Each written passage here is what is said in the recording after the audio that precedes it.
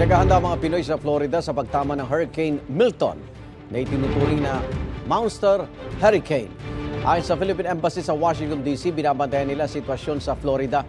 Ang mga otoridad doon inihanda ng isang stadium na magsisilbi raw na base camp para sa mga ililikas at iba pang mga ngailangan ng tulong. Sa ilang lugar, puspusan ng paglilinis sa mga residente sa mga iniwang debris ng Hurricane Helene bilang paghanda sa pagdating naman ng panibagong bagyo. Ilang residente naman ang maaga na ganda ng supplies at nagsimula ng lumikas ang iba pa kaya bumigat na ang daloy ng trapiko.